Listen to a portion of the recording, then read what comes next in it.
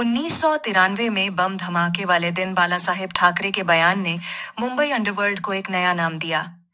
एक ऐसा नाम जो मुंबई की धरती से निकलकर संसद की चौखट तक पहुंचा। मुंबई का सुपारी किंग, जिसने दाऊद के लिए उसके सारे दुश्मनों को खत्म कर दिया, लेकिन आखिर में वो खुद ही दाऊद का सबसे बड़ा दुश्मन बन गया। वो डॉन, जिसने सत्ता, राजनीति और कानून को अपनी ढाल बनाया और आज भी मुंबई की जेल में जिंदा है। जिसने एक समय में दाऊद से मुकाबला करने के लिए 600 शूटरों की फौज तैयार की थी, जिसने अपने घर के नीचे गुप्त सुरंगें बना रखी थीं, और जो बहुत जल्द वापस मुंबई की सड़कों पर खुलेआम घूमने वाला है। मुंबई अंडरवर्ल्ड का डैडी अरुण गवी। कहानी में आगे बढ़ने से पहले हमारे चैनल को प्लीज सब्सक्राइब करें।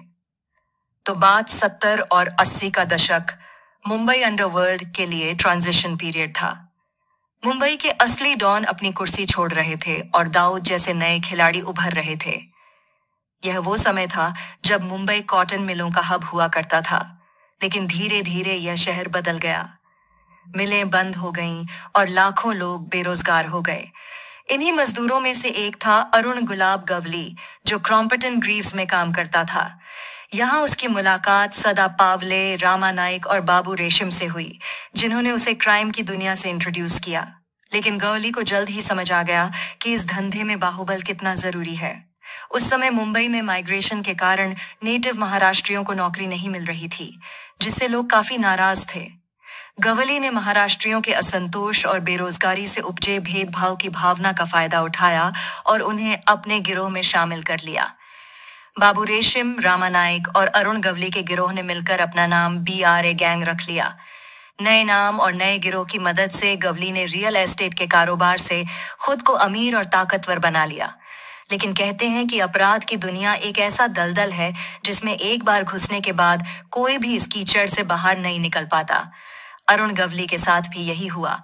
अपनी ताकत बढ़ाने के लिए उसने लोकल गैंग बायकुल कंपनी के बॉस को भयानक मौत दी, जिसके बाद से हर कोई उससे डरने लगा और वह बायकुला का नया डॉन बन गया था। लेकिन इस अपराध के लिए उसे और उसके साथियों को 2 साल की सजा सुनाई गई। जेल में गवली की मुलाकात दाऊद के दाहिने हाथ बड़ा राजन से हुई और यहीं से उसकी मुंबई अंडरवर्ल्ड में एंट्री हुई, दाऊद की दुनिया में। और यहीं से शुरू हुआ वो सफर जिससे एक आम मिल मजदूर गवली आगे चलकर मुंबई अंडरवर्ल्ड का बाप बन गया। 12 सितंबर 1992 को शाम करीब 4:45 पर इंस्पेक्टर KG ठाकुर अपने 4 कांस्टेबलों के साथ मुंबई के JJ अस्पताल में 2 हत्यारों पर नजर रख रहे थे। उन्हें हल्की नींद आने लगी थी। अचानक उन्हें गोलियों की आवाजें सुनाई दी। उनकी आंखों के सामने 6 बंदूकधारी अंधाधुंध गोलियां चला रहे थे। पिस्तौल, रिवॉल्वर, यहाँ तक कि पहली बार AK-47 का इस्तेमाल भी किया जा रहा था। उस रात JJ अस्पताल में करीब 500 गोलियां चलीं, जिसमें पुलिस अधिकारी और आम लोग मारे गए। मुंबई में ऐसा हमला पहली बार देखने को मिला था और ये सब इसलिए हुआ क्योंकि दाऊद अरुण गवली से बदला लेना चाहता था। दरअसल जेल में बड़ा राजन से मिलने के बाद गवली जल्द ही दाऊद के गिरोह का एक अहम हिस्सा बन गया था। 80 के दशक की शुरुआत में गवली ने दाऊद के लिए कई बड़े लोगों की हत्याएं की और उसके सभी दुश्मनों का सफाया कर दिया। माना जाता है कि गवली ने एक कॉन्ट्रैक्ट लेकर इतने लोगों की हत्याएं की कि लोग उसे सुपारी किंग कहने लगे। लेकिन 80 के दशक के आखिर में दाऊद खुद को बॉस समझने लगा और दुबई शिफ्ट होने लगा। इस वजह से गवली और दाऊद के बीच दुश्मनी शुरू हो गई। दोनों अलग हो गए और एक भयानक गैंगवार शुरू हो गया। एक के बाद एक दाऊद ने गवली पर इतनी बेरहमी से हमला किए कि गवली का गिरोह लगभग खत्म हो गया। BRA गैंग से बाबू रेशम और राम नायक दोनों मारे गए। यहाँ तक कि गवली के सबसे बड़े सलाहकार अशोक जोशी को भी दाऊद ने मार डाला। लेकिन गवली ने भी दाऊद का पीछा नहीं छोड़ा और ना ही कोई रहम किया। मुंबई की सड़कों पर खून बहता रहा। लेकिन अब गवली बिल्कुल अकेला रह गया। माना जाता है कि एक समय में गवली के पास करीब 600 शूटर थे। लेकिन अब जहां गवली खुद दगड़ी चाल में पीछे छिपा रहता था, वहीं उसका भाई किशोर उर्फ पापा गवली खुलेआम घूमता था और जल्द ही उस पर भी हमला हुआ।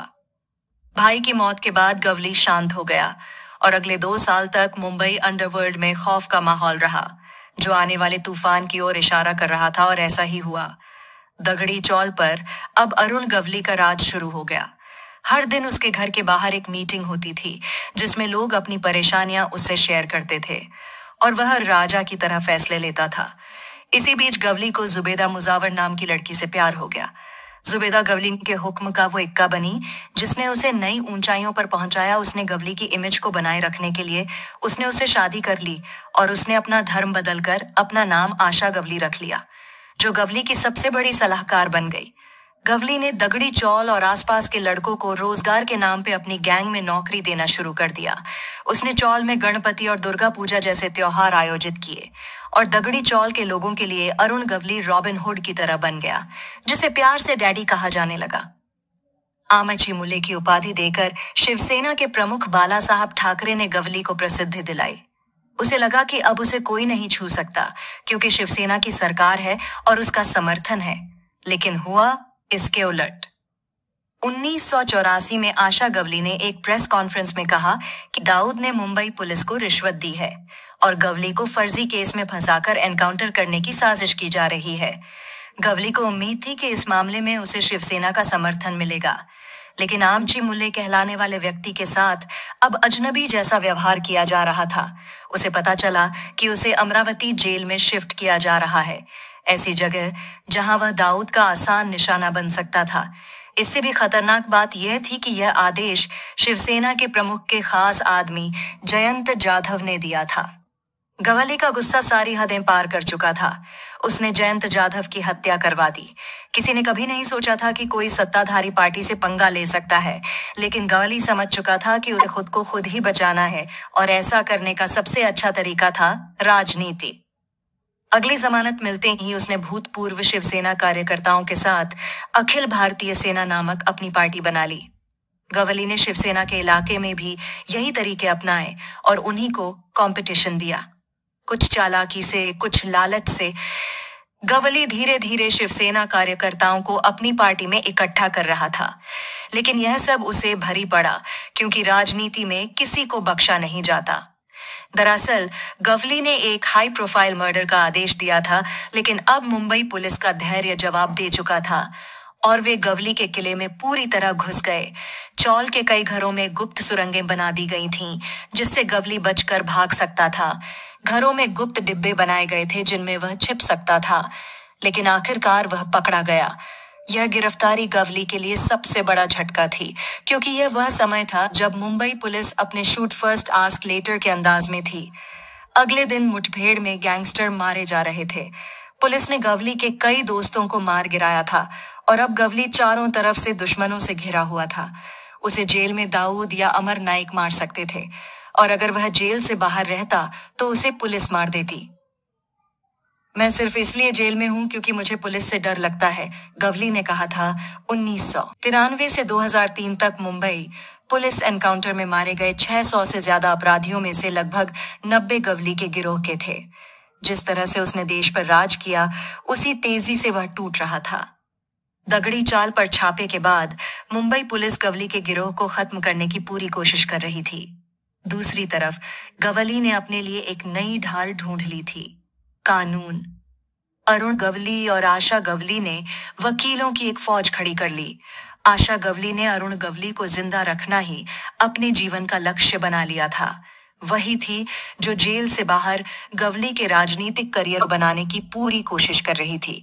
वह अकेली ही नगर निगम चुनाव में खड़ी हुई महिला विंग चला रही थी और इन सबके पीछे उसका एक लक्ष्य सिर्फ गवली की सुरक्षा थी। और कुछ लोग कहते हैं कि जब भी गवली को एक जेल से दूसरी जेल में शिफ्ट किया जाता था, जो कैदियों के लिए एक नियमित प्रक्रिया है, तो आशा खुद पुलिस वैन के साथ पूरे रास्ते चलती थी ताकि कोई गवली के एनकाउंटर को फर्जी न बना सके। आशा की वजह से ही गवली का राजनीतिक करियर बना और शायद इसीलिए वह आज भी जिंदा है। 28 अगस्त 2012 को उस कोर्ट की सुनवाई में अरुण गवली के 40 साल के आपराधिक करियर का फैसला होने वाला था। उसके खिलाफ 40 मामले दर्ज थे, लेकिन उनमें से एक ही साबित हो पाया था। उसे शिवसेना विधायक की हत्या के जुर्म में आजीवन कारावास की सजा सुनाई गई थी। आज दगड़ी चौल शांत है, वह रीडेवलपमेंट की राह पर है। अरुण की बेटी गीता गवली आज उनकी पार्टी संभाल रही हैं और दगड़ी चाल की देखभाल कर रही हैं, लेकिन जल्द ही डैडी घर वापस आ रहे हैं। अप्रैल 2024 में नागपुर कोर्ट की सुनवाई में कानूनी खामी के कारण और अरुण गवली की 69 साल की उम्र को देखते हुए उन्हें समय से पहले रिहा किया जा रहा है। यह फैसला कितना सही है, ये अभी भी बहस का विषय है, क्योंकि ऐसे कई लोग हैं जो अरुण गवली को डैडी रूप में देखते हैं। लेकिन मुंबई का इतिहास आज भी उस भूखे डॉन की कहानी का गवाह है जिसे कभी सुपारी किंग कहा जाता था।